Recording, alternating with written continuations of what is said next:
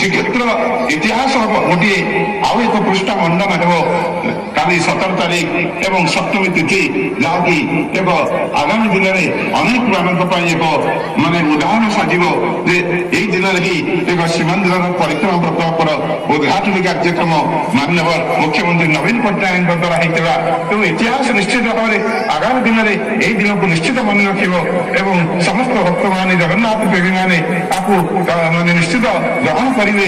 ଯେଉଁଭଳି ଭାବରେ ଏକ କାର୍ଯ୍ୟକ୍ରମ ଆଜି ଦୀର୍ଘ ଦିନ ପରେ ତାକୁ ରୂପାନ୍ତରିତ କରାଯାଇଛି, ନବୀକରଣ କରାଯାଇଛି।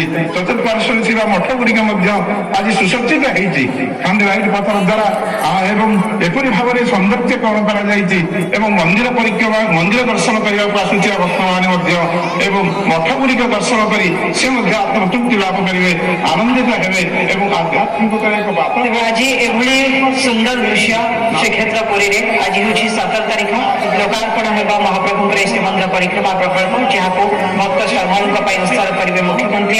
ମାତ୍ର କିଛି ଘଣ୍ଟାର ଅପେକ୍ଷା ଯେତେବେଳେ ମୁଖ୍ୟମନ୍ତ୍ରୀ ଏହାର ଶୁଭ ଉଦ୍ଘାଟନ କରିବେ। ଯେଉଁ ମହାଯଜ୍ଞ ଚାଲିଛି ସେ ମହାଯଜ୍ଞରେ ଆଜି ପୂର୍ଣ୍ଣାହୁତି କରିବେ ଗଜପତି ମହାରାଜ ଏବଂ ଯେଉଁ ମାନ୍ୟଗଣ୍ୟ ନିମନ୍ତ୍ରିତ ଅତିଥି ରହିଛନ୍ତି ସେମାନେ ମଧ୍ୟ ଆସି ପହଞ୍ଚିଛନ୍ତି। ଦେଶର କୋଣ ଅନୁକୋଣକୁ ନିମନ୍ତ୍ରଣ ଯାଇଥିଲା ମହାପ୍ରଭୁଙ୍କ ତରଫରୁ, ସମସ୍ତେ ଆସି ପହଞ୍ଚିଛନ୍ତି। ମହାପ୍ରଭୁଙ୍କ କାର୍ଯ୍ୟରେ ନିଜକୁ ସାମିଲ କରିଛନ୍ତି। ରାଜ୍ୟର ବିଭିନ୍ନ ଜଗନ୍ନାଥ ମନ୍ଦିର ମଧ୍ୟ ଆଜି ଉତ୍ସବ ମୁଖର ହୋଇ ଉଠିଛି। ବିଭିନ୍ନ ସ୍ଥାନରେ ଆଜି ବିଭିନ୍ନ ପ୍ରକାର ଆଧ୍ୟାତ୍ମିକ କାର୍ଯ୍ୟକ୍ରମ ରଖାଯାଇଛି। ସମସ୍ତେ ଆଜି ମହାପ୍ରଭୁଙ୍କର ଏହି କାର୍ଯ୍ୟରେ ନିଜକୁ ସାମିଲ କରିଛନ୍ତି। ମୁଠାଏ ଚାଉଳ ଗୁଆ ଦେଇ ମହାପ୍ରଭୁଙ୍କୁ ନିଜର ଭକ୍ତି ଅର୍ଘ୍ୟ ଅର୍ପଣ କରିଥିଲେ। ଯେଉଁ ଅର୍ପଣ ରଥ ଯାଇଥିଲା ପ୍ରତ୍ୟେକ ପଞ୍ଚାୟତରେ ଏହି ରଥ ବୁଲିଥିଲା ଏବଂ ସବୁ ବ୍ୟକ୍ତିଙ୍କ ଠାରୁ ଗ୍ରହଣ କରାଯାଇଥିଲା ଏହି ଅର୍ପଣ। ସମସ୍ତ ଦେବାଦେବୀ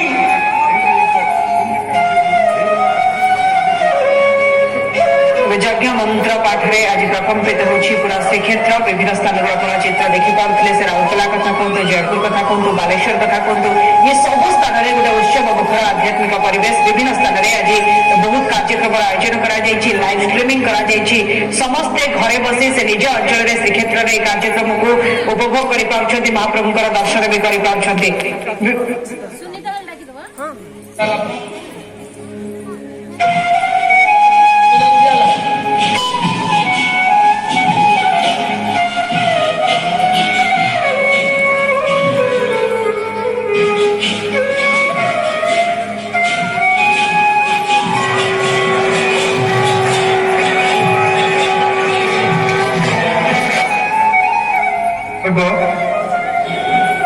श्री सेतु श्रीराम उद्घाटन उत्सव आम प्रिय मान्यवर नवीन पट्टनायक मुख्यमंत्री द्वारा यहाँ गोटे स्वागत योग्य पदक्षेप राज्य सरकार धन्यवाद देवी आम प्रिय मुख्यमंत्री प्रभु जगन्नाथ दीर्घायु कर सेवक मानकर जगन्नाथ निकट में प्रार्थना। कारण 2015 टू 24 ଜାନୁଆରୀ 17 ମସିହା ଭିତରେ ଆମର ପ୍ରିୟ ମୁଖ୍ୟମନ୍ତ୍ରୀ ତାଙ୍କର ଯେଉଁ ଶ୍ରୀକ୍ଷେତ୍ର ପୁରୀ ଏବଂ ଶ୍ରୀମନ୍ଦିର ଜଗନ୍ନାଥ ମନ୍ଦିର ପ୍ରତି ଯେଉଁ ପଦକ୍ଷେପ ଗ୍ରହଣ କଲେ ନିଶ୍ଚିତ ଭାବରେ ଏକ ସ୍ୱାଗତ ଯୋଗ୍ୟ ପଦକ୍ଷେପ।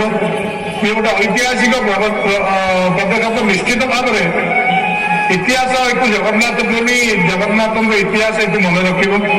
କାରଣ 700 ବର୍ଷ ପୂର୍ବେ ये मंदिर जहाँ किसी कार्य करापर रजा जा सरकार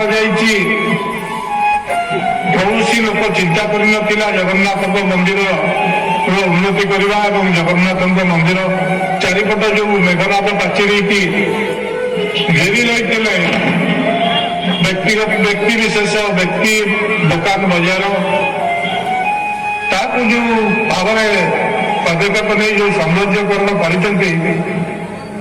द्वारा जगन्नाथ प्रेमी भक्त मैंने निश्चित भाव में श्रीक्षेत्र आसला आगमन हम। कारण श्रीक्षेत्र हूँ शंखक्षेत्र आमर मान्यवर प्रिय मुख्यमंत्री नवीन पट्टनायक जो चिंता करी ये सहर को सरस सुंदर तीर्थक्षेत्र को जो भक्त मान उद्देश्य जो परिक्रमा मार्ग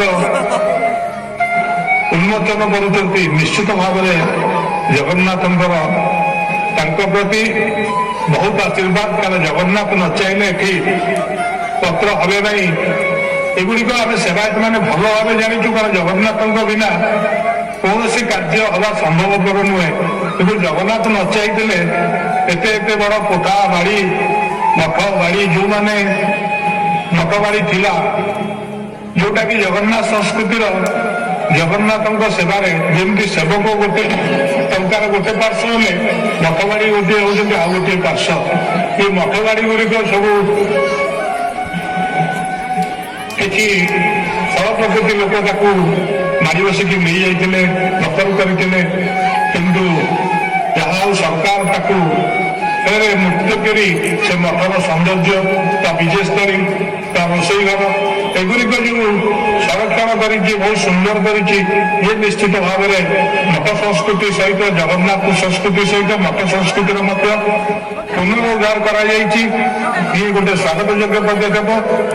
ଏହାପରେ ମଧ୍ୟ ରାଜ୍ୟ ସରକାର ଆମର ପ୍ରିୟ ମୁଖ୍ୟମନ୍ତ୍ରୀ ଏବଂ ବିକେ ପାଣ୍ଡିଆନ ଆହୁରି ଯୋଜନା ମଧ୍ୟ ବାକି ରହିଛି। ଇଏ ପ୍ରକଳ୍ପ ସେଟା ଷୋଳ ଉଦ୍ଘାଟନ ହେଇଗଲା। ଯୋଉ ଗରିବ ଭକ୍ତଟିଏ ଆସିକିରି ମଠବାଡିରେ ରହୁଥିଲା, ଧର୍ମଶାଳାରେ ରହୁଥିଲା, ସେମିତି ମଧ୍ୟ 10-20 ଟଙ୍କା ସ୍ୱଳ୍ପ ମୂଲ୍ୟରେ ଧର୍ମଶାଳା ମାନ ମଧ୍ୟ ଭକ୍ତ ନିବାସ ମାନ ମଧ୍ୟ ଏ ସରକାର ନିର୍ମାଣ କରିବାକୁ ମନ୍ଦିର ଏହି ପରିକ୍ରମା ମାର୍ଗ ବାହାରେ ତା ମଧ୍ୟ ଅଛି, ତା ମଧ୍ୟ ଅତି ଶୀଘ୍ର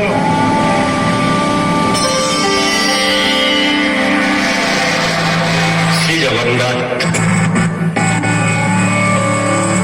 ଏକ ଅଦ୍ଭୁତ ଅଭୂତଭୟ ଆଶ୍ୱାସନା, ବିଶ୍ୱାସ ଅବିଶ୍ୱାସର ଉର୍ଦ୍ଧ୍ୱରେ ଏକ ଅନାଦିନ ଅଭିବ୍ୟକ୍ତି। ଅନନ୍ତ କୋଟି ବ୍ରହ୍ମାଣ୍ଡର ଈଶ୍ୱର, ଇହକାଳ ପରକାଳର ପ୍ରଭୁ, ସେ ପୁରୁଷୋତ୍ତମ, ସେ ସ୍ମାର୍ଥ, ସେ ପରମାର୍ଥ, ସେ ପୁଣି ଜଗତର ନାଥ ଶ୍ରୀ ଜଗନ୍ନାଥ, ସେ ବିଷ୍ଣୁ, ସେ ଶିବ, ସେ କାଳୀ, ସେ ପୁଣି ଗଣେଶ, ସେ ରଘୁନାଥ, ସେ ଋଗ୍ବେଦ, ସେ ଶ୍ୟାମବେଦ, ସେ ଯଜୁର୍ବେଦ, ସେ ବି ଅଥର୍ବବେଦ, ବେଦାନାଂ ସାରଭୂଷଣ। ବିଶ୍ୱ ବ୍ରହ୍ମାଣ୍ଡର ବୈଚିତ୍ର୍ୟ, ବିବିଧତା, ବିରାମ, ବିସର୍ଗ ଓ ସଂସର୍ଗ ସବୁର ସମାହାର ସେ। ଶ୍ରୀକ୍ଷେତ୍ରର ଅଧିପତି, ଅପୌରୁଷେୟ ଦାରୁର ନିତ୍ୟାନ୍ତ ରୂପାନ୍ତରଣ, ଦ୍ରବୀଭୂତ ଚେତନାର, ଆପ୍ଲୁତ ଅବবোধର, ଐକାନ୍ତିକ ଅନ୍ୱେଷାର, ଭାବମୟ ଭକ୍ତିମୟ ବର୍ଣ୍ଣନା। ପୁଣି ନୈସର୍ଗିକ ନୀଳାଭ, ନୀଳୟମାନ, ନଶ୍ୱର, ଦୁର୍ଲଭ ଅଭିବ୍ୟକ୍ତି, ଚତୁର୍ଥାମୂର୍ତ୍ତି। ଦେବତାର ମୂର୍ତ୍ତି, ଦାନବ ମୂର୍ତ୍ତି, ଦେବଶିଳ୍ପୀର ଦୁର୍ଦ୍ଦାର ପ୍ରତିବେଦନ।